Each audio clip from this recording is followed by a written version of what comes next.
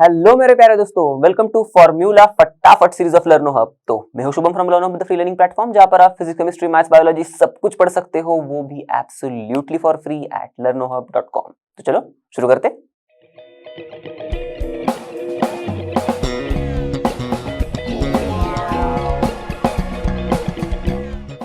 तो दोस्तों, जैसे कि आप सभी को पता है, हम लोग क्या करने वाले हैं, class 12 chemistry chapter number 4 chemical kinetics के फॉर्मूलाज को एकदम फटाफट रिवाइज करेंगे।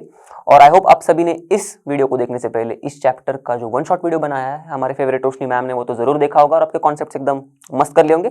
अगर नहीं देखा है तो जाके देख लो, क्योंकि उसके बिना फॉर्मूलाज को रिवाइज करने में कोई मतलब ही नहीं। और इसके बाद बढ़िया तरीके से एनसीईआरटी सॉल्यूशन सॉल्व किया हमारे अर्पित सर ने, वो भी जाके जरूर देखना। तो चलो बिना टाइम वेस्ट किए फटाफट फॉर्मूलाज को रिवाइज करते हैं एंड लेट्स रॉक।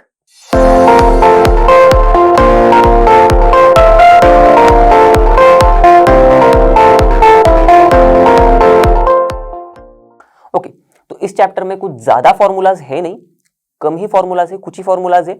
बस इन फॉर्मूलाज को यूज करके दिमाग को दौड़ाना है और रिएक्शन के रेट के साथ भागना है। ओके, तो चलो अब न्यूमेरिकल सॉल्व करने के लिए जो जो फॉर्मूलाज हमें जरूरी है वो हम लोग फटाफट रिवाइज कर लेते हैं एक बार।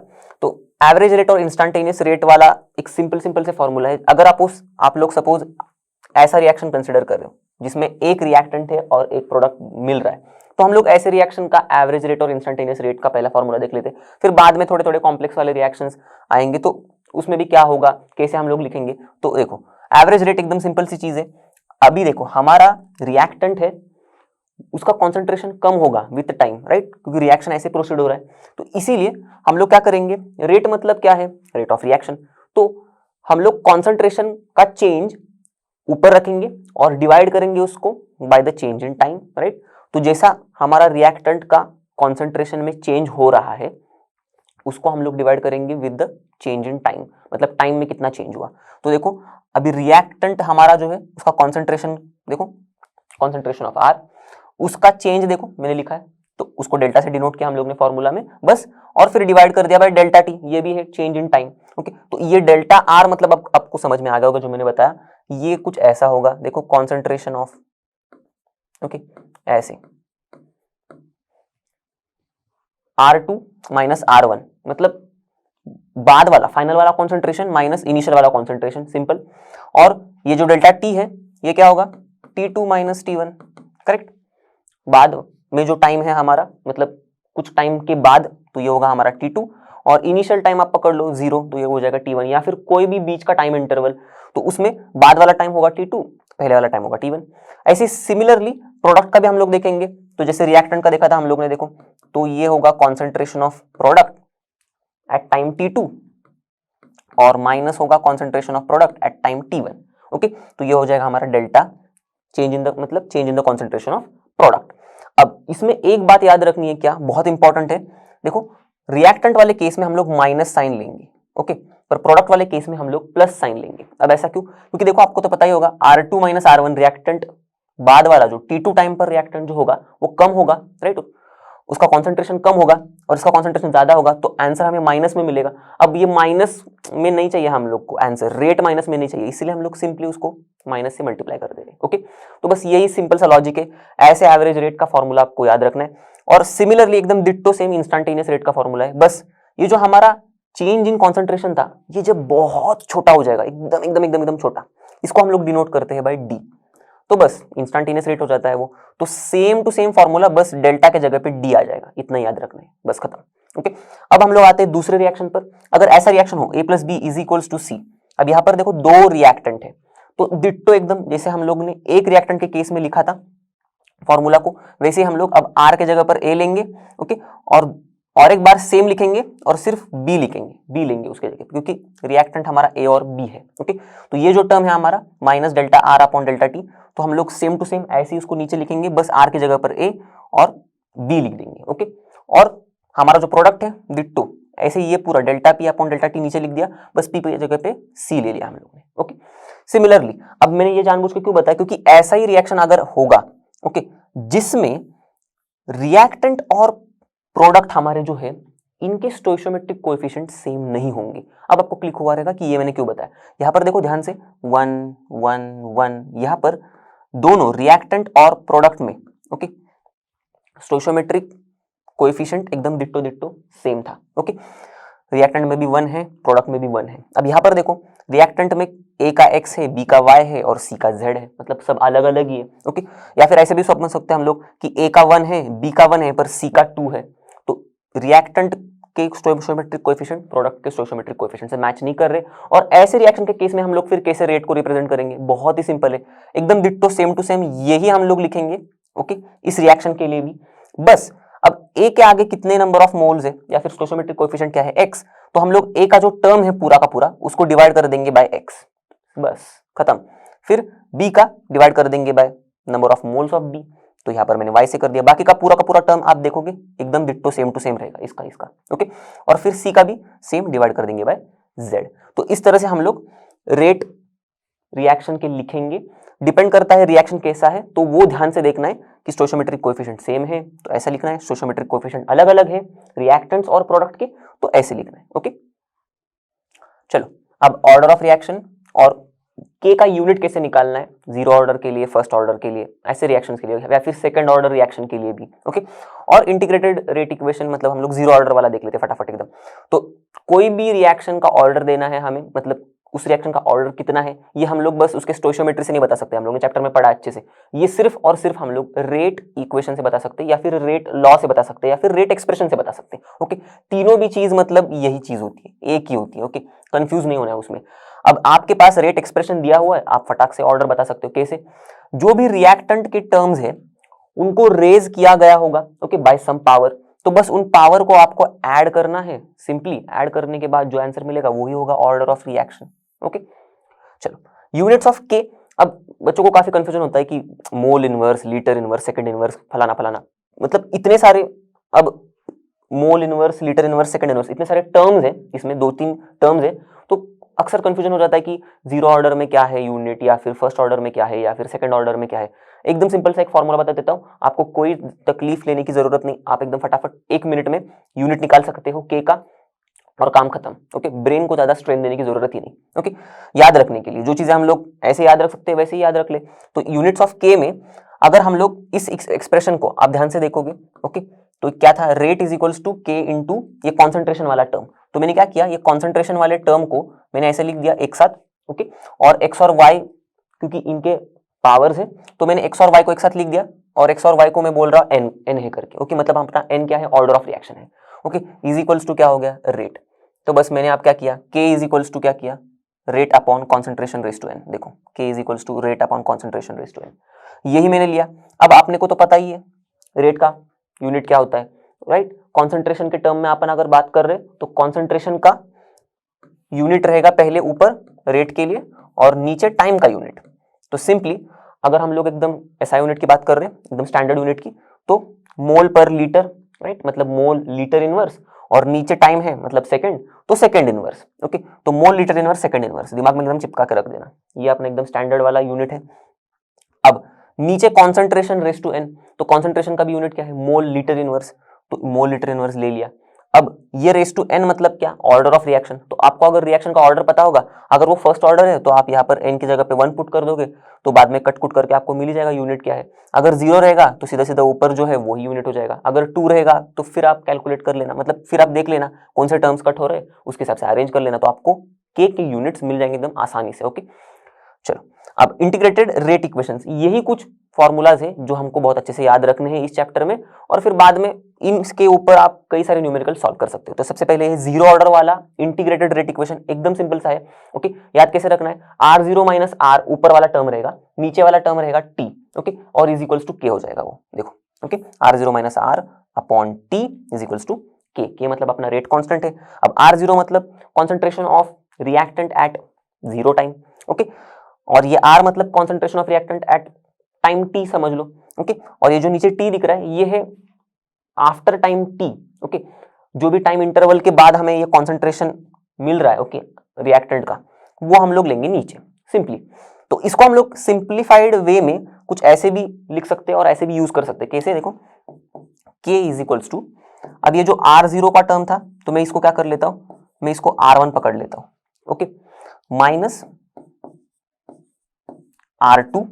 ओके, और नीचे टाइम वाला टर्म में क्या करूंगा, मैं उल्टा करूंगा, ओके, T2 माइनस T1 लिख दूंगा मैं, ओके, सिंप्लीफिकेशन के लिए, एकदम सिंपली समझने के लिए, ओके। तो यहां पर आपको समझ में आ गया रहेगा, देखो एट टाइम T1 जो R1 का कॉन्सेंट्रेशन है वो यहां पर रहेगा, टाइम T2 R का जो कॉन्सेंट्रेशन है वो यहां पर रहेगा, T2 माइनस T1 कर देंगे तो आपको नीचे का टर्म मिल जाएगा, और इसके हिसाब से आपको फिर क्या मिलेगा, जीरो ऑर्डर रिएक्शन का रेट कांस्टेंट मिल जाएगा आपको। एक बार रेट कांस्टेंट मिल गया तो रेट भी ढूंढना बहुत सिंपल सी चीज होती है। अगर आपको रेट कांस्टेंट मिल गया तो फिर, और आपको अगर पता है ओके कि हमारे रिएक्टेंट का कॉन्सेंट्रेशन कितना है उस टाइम पर, तो बस खत्म बात, आप रेट निकाल लोगे, ओके। तो सब खेल रेट कांस्टेंट के ऊपर है। तो अब यहाँ पर, यहाँ से समझ में आ गया आपको रेट कैसे निकाल, मतलब रेट कांस्टेंट कैसे निकालना है। अब इसी इक्वेशन को, ओके, इस इक्वेशन को मैं थोड़ा ऐसे समझ लूं, ओके, ये समझना इंपॉर्टेंट क्यों है, देखो बताता हूं मैं, okay, K is equals to R0 minus R upon T, okay. अब इसको मैं कुछ रीअरेंज कर लूं ऐसे तरीके से, KT is equals to R0 minus R, okay, और फिर इस R को मैं एक तरफ ले लूं अच्छे से, मेरे को माइनस में नहीं चाहिए R, मेरे को प्लस में ही चाहिए R, तो मैं इसको इस तरफ उड़ा के लेके आ गया, ओके। फिर ये KT जो था उस तरफ उसको उड़ा के लेके गया तो माइनस KT हो जाएगा, ओके, और ये बेचारा R0 वही का वही है, तो ये प्लस R0।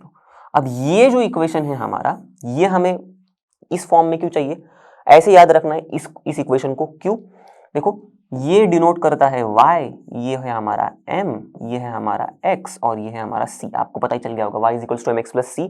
तो यहाँ पर अगर हम लोग ने कॉन्सेंट्रेशन ऑफ r का प्लॉट बना दिया वर्सेस टाइम, तो हमें मिलेगी स्ट्रेट लाइन जिसका स्लोप होगा माइनस के और इंटरसेप्ट होगा R0, ओके, सिंपली याद रख लिया। तो ये हर एक अपना जो जीरो ऑर्डर का रिएक्शन था इसके लिए याद रख लिया।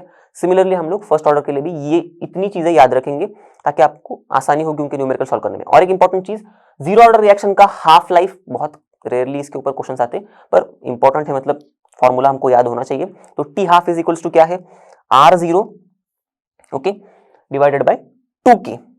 वहां पर हम लोग फर्स्ट ऑर्डर में देखेंगे तो सिमिलर ही टाइप का फॉर्मूला है, ओके, तो आपको याद भी हो जाएगा उस तरफ से, मतलब वहां वाले उस वाले फॉर्मूला और इस वाले फॉर्मूला में सिमिलरिटी है इसीलिए।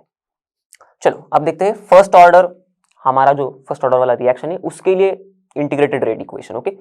तो सिंपली जैसे हम लोग ने जीरो ऑर्डर के लिए देखा था वैसे ही इसका भी है, K is equals to 2.303 upon T log. अब ये जो लॉग वाला टर्म है R0 बाय R है या R बाय R0, थोड़ा सा कंफ्यूजन होता है बच्चों में, सेम एकदम जीरो ऑर्डर में हम लोग ने जैसे याद रखा था R0 माइनस R था, करेक्ट, तो यहाँ पर भी R0 ऊपर और फिर R नीचे, ऐसी, ओके।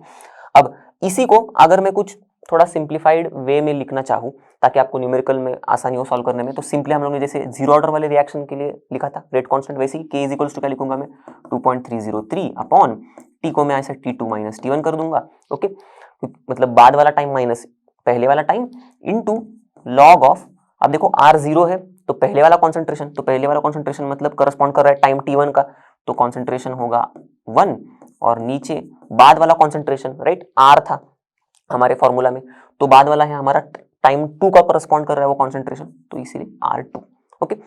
अब इसी फॉर्मूला को अगर हम लोग थोड़ा अलग तरीके से लिखें ताकि हमको पता चले कि किसको वर्सेस किसको हमको प्लॉट करने के बाद हमें स्ट्रेट लाइन मिल रही है फॉर फर्स्ट ऑर्डर रिएक्शन, फिर स्लोप क्या है, इंटरसेप्ट क्या है, ये सब चीजें भी एक साथ याद हो जाएगी आपको। कैसे, सिंपली हम लोग क्या करेंगे, ये रिएक्शन को, मतलब ये इक्वेशन को सॉरी याद रखेंगे, ओके, फिर इसको थोड़ा रीअरेंज करेंगे। किस तरह से रीअरेंज करेंगे, देखो K और T को जुदा जुदा है, ये इनको एक साथ लेके आएंगे, ओके, फिर 2.303 को नीचे भेज देंगे, ओके, ऐसे, तो इस टर्म को एक साथ कर दिया हम लोग ने, ओके, ये यहाँ पर गया, ये नीचे गया, अब बचा क्या, log of R0 bye R, तो इसको मैं ऐसे लिख दूं, log of R0 minus log of R, okay. तो इस रिएक्शन में एक डिस्क्लेमर है, आपको लॉगरिथम के बेसिक्स पता होने चाहिए अच्छे से, तो आप न्यूमेरिकल्स को फटाफट सॉल्व कर सकते हो, ओके। चलो, तो इस चीज को आपने पढ़ा है, ऐसे मैंने क्यों लिखा है, okay, log of R0 minus log of R। अब बस इस लॉग ऑफ R को मुझे अकेले लेके आना है, जैसे हम लोग ने देखो जीरो ऑर्डर में R के कॉन्सेंट्रेशन को अकेले अकेले लेके आया था एकदम पॉजिटिव में, तो इसको भी अगर मुझे पॉजिटिव में लेके आना है अकेले अकेले, तो मुझे इसको यहाँ से यहाँ पर उड़ा के लेके आना पड़ेगा, तो मैं यहाँ पर लिख देता हूँ लॉग ऑफ R, ओके। अब ये यहाँ पर यहाँ से आ गया, ओके, तो इसको मैं यहाँ पर भेज देता हूँ, अकेला ही रखना है इसको, तो KT अपॉन 2.303 हो जाएगा माइनस KT अपॉन 2.303, ओके, यहाँ पर चलने के जाने के बाद, और फिर ये तो बेचारा वैसे ही का बैठा हुआ है ऐसे के ऐसे ही, तो लॉग ऑफ R0, ओके। अब इसी रिएक्शन को आप अगर कंपेयर करोगे y is equals to m x plus c वाले इक्वेशन से, तो देखो ये y होगा, ओके, लॉग ऑफ r हमारा, फिर ये देखो ये होगा हमारा m मतलब हमारा स्लोप माइनस के अपॉन 2.303, ये जो हमारा t है ये होगा x और लॉग ऑफ r0 होगा हमारा इंटरसेप्ट c। तो जब आप log of r versus time के साथ मतलब ग्राफ प्लॉट करोगे इसका, log of r versus time का, log of r y axis पे लोगे, टाइम को एक्स एक्सिस पे लोगे, तो आपको जो स्लोप मिलेगा, स्ट्रेट लाइन मिलेगा, ओके, उसका स्लोप होगा माइनस के अपॉन 2.303 सिंपली, और इंटरसेप्ट जो होगा वो होगा लॉग ऑफ r0, खत्म। ओके, तो ये चीज आपको याद रखनी है क्योंकि न्यूमेरिकल में आपको इस चीज का इस्तेमाल करना पड़ेगा, ओके, कुछ कुछ न्यूमेरिकल्स में। चलो, अब जैसे हम लोग ने कॉन्सेंट्रेशन के टर्म्स में रेट कांस्टेंट को एक्सप्रेस किया फर्स्ट ऑर्डर के लिए, वैसे ही हम लोग पार्शियल प्रेशर के टर्म में भी रेट कांस्टेंट को एक्सप्रेस करेंगे। इसके लिए तो थोड़ा सा बस स्लाइट मॉडिफिकेशन होगा फॉर्मूला में, एकदम डिट्टो वैसे का वैसे ही फॉर्मूला है, देखो k is equals to 2.303 upon t, बस लॉग के बाद जो कॉन्सेंट्रेशन का टर्म था उसको हम लोग पार्शियल प्रेशर में लिख देंगे। तो पार्शियल प्रेशर, ये जो पी दिख रहा है आपको, पी अपॉन पी, ये है इनिशियल पार्शियल प्रेशर, ओके, हमारे रिएक्टेंट का, और ये जो पी है ये समझ लो फाइनल या फिर बाद वाला पार्शियल प्रेशर, ओके, ऑफ अपना रिएक्टेंट का, ओके। तो अब यहां पर दिक्कत यही होती है, इनिशियल पार्शियल प्रेशर तो आपको पता चली जाता है, मतलब इनिशियल प्रेशर आपको पता चली जाता है, ओके, आपको डेटा में दिया ही होता है कि टाइम t0 पर प्रेशर क्या था, ओके। तो अगर सपोज ये हमारा रिएक्शन है a gives b plus C, okay, तो डेटा में आपको दिया होगा इनिशियली प्रेशर इतना था, तो इसका मतलब हमारे a का प्रेशर XYZ जो भी दिया है हम लोग को डेटा में वो है, तो अपना पी का तो वैल्यू अपने को मिल गया, बस पी ढूंढने में दिक्कत हो जाती है। तो बस इसके लिए Dalton's law of partial pressure हमको याद होना चाहिए, ओके, और थोड़ा हमको दिमाग लगाना है। इक्विलिब्रियम के चैप्टर में हम लोग ने कैसे रिएक्शन प्रोसीड होता है, तो कितना पार्शियल प्रेशर रिएक्टेंट का और कितना पार्शियल प्रेशर प्रोडक्ट के बनेंगे, वो सब आपको कॉन्सेप्ट पता होना चाहिए, ओके। तो वो सब मैं यहाँ पर डिटेल में नहीं बताऊंगा क्योंकि इसके लिए आप एक न्यूमेरिकल अच्छे से सॉल्व करना, तो आपको ऑटोमेटिकली पता चल जाएगा कि पीए आप कैसे ढूंढ सकते हो, ओके। जरूर इसके लिए एक न्यूमेरिकल बिल्कुल सॉल्व करना, ओके। चलो, अब आगे बढ़ते हैं हाफ लाइफ ऑफ रिएक्शन के लिए। तो हाफ लाइफ का फॉर्मूला देखते हैं हम लोग, ओके, फर्स्ट ऑर्डर रिएक्शन के लिए एकदम सिंपल सा है और बहुत इंपॉर्टेंट है, एकदम दिमाग में चिपका के रखना, 0.693 बाय के।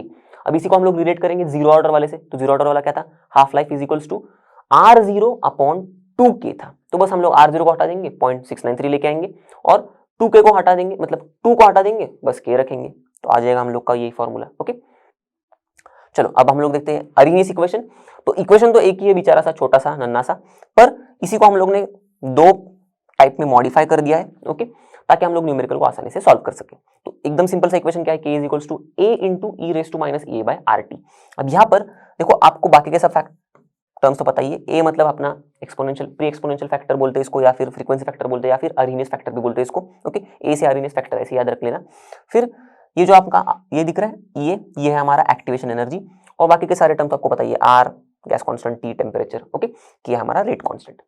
अब इसी इक्वेशन का हम लोगों ने मॉडिफिकेशन कर दिया इस इक्वेशन में, ताकि हम लोग न्यूमेरिकल्स को आसानी से सॉल्व कर पाए। मतलब न्यूमेरिकल में हम लोग रेट कांस्टेंट की वैल्यू ढूंढ सकते हैं, या फिर हम लोग आसानी से एक्टिवेशन एनर्जी की वैल्यू ढूंढ सकते हैं, या फिर टेम्परेचर की, या फिर हमारे आरएनएस फैक्टर की। पर पहले इसको देख लेते, इसका यूज क्या है। सिंपली आपको कोई न्यूमेरिकल्स में इसी फॉर्म में आपको रेट, मतलब ये जो हमारा रेट कांस्टेंट है, इसका जो एक्सप्रेशन है दिख रहा है आपको, या फिर इक्वेशन जो दिख रहा है, इसी फॉर्मेट में आपको न्यूमेरिकल में भी कुछ ऐसा एक फॉर्म दिया होगा, आपको बस इसको इसके साथ मैच करना है और फिर आप उससे एक्टिवेशन एनर्जी निकाल सकते हो, ओके। अब ये वाला फॉर्मूला है, इसमें आपको याद रखने वाली चीज क्या है, देखो ये तो ऐसे याद रखना है आपको, ओके, इससे ही डिराइव किया हुआ है, log of k is equals to minus E a upon 2.303 R T plus log of A. अब इसमें जैसे हम लोग ने जीरो ऑर्डर और फर्स्ट ऑर्डर वाले रिएक्शंस के लिए y is equals to mx plus c इस फॉर्मेट में याद रखा था, वैसे ही इसका भी ऐसे ही कुछ फॉर्मेट होगा, और ये इंपॉर्टेंट भी है याद रखना, क्योंकि इसके ऊपर बेस्ड कुछ न्यूमेरिकल्स आपको सॉल्व करने आ सकते हैं, ओके, एनसीईआरटी के एक्सरसाइज में।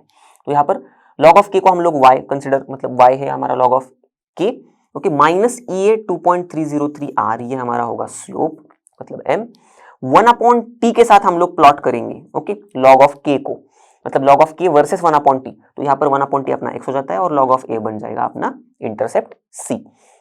तो जब आप लॉग ऑफ के वर्सेस 1 अपॉन टी प्लॉट करोगे, मतलब लॉग ऑफ के को y एक्सिस पर, 1 अपॉन टी को x एक्सिस पर प्लॉट करोगे, तो आपको स्लोप मिलेगा माइनस ई अपॉन 2.303 r, और इंटरसेप्ट होगा आपका लॉग ए।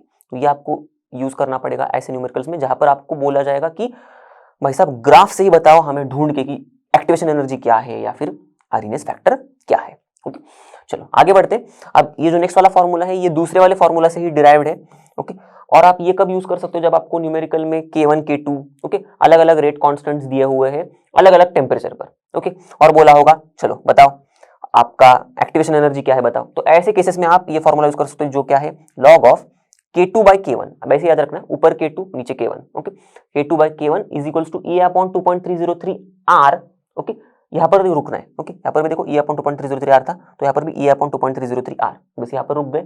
ओके, अब T वाला जो टर्म है इसको हम लोग ब्रैकेट में कुछ अलग से लिख रहे हैं, और जैसे कि K1 K2 था इसीलिए T1 T2 भी है। ओके, अलग अलग टेम्परेचर्स पर हमारे रेट कांस्टेंट है, तो अलग अलग टेम्परेचर को हम लोग कैसे लिख रहे हैं, T2 minus T1 upon T1 T2। ऐसे याद रखना इस फैक्ट, मतलब इस पूरे के पूरे टर्म को T2 minus T1 upon T1 T2।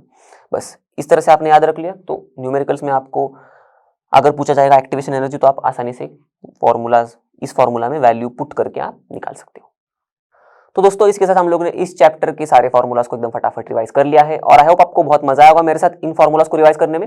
और इसके बाद आप एनसीईआरटी के इंटेक्स्ट क्वेश्चंस में या फिर एनसीईआरटी के एक्सरसाइज में जो भी न्यूमेरिकल्स दिए हैं आप इनको अच्छे से सॉल्व कर सकते हो एकदम मस्त आराम से। तो जैसे कि आप सभी को पता है लर्नो मतलब फ्री है पर बेस्ट है। तो मिलते हैं अगले वीडियो में, तब तक के लिए bye bye and have a great day.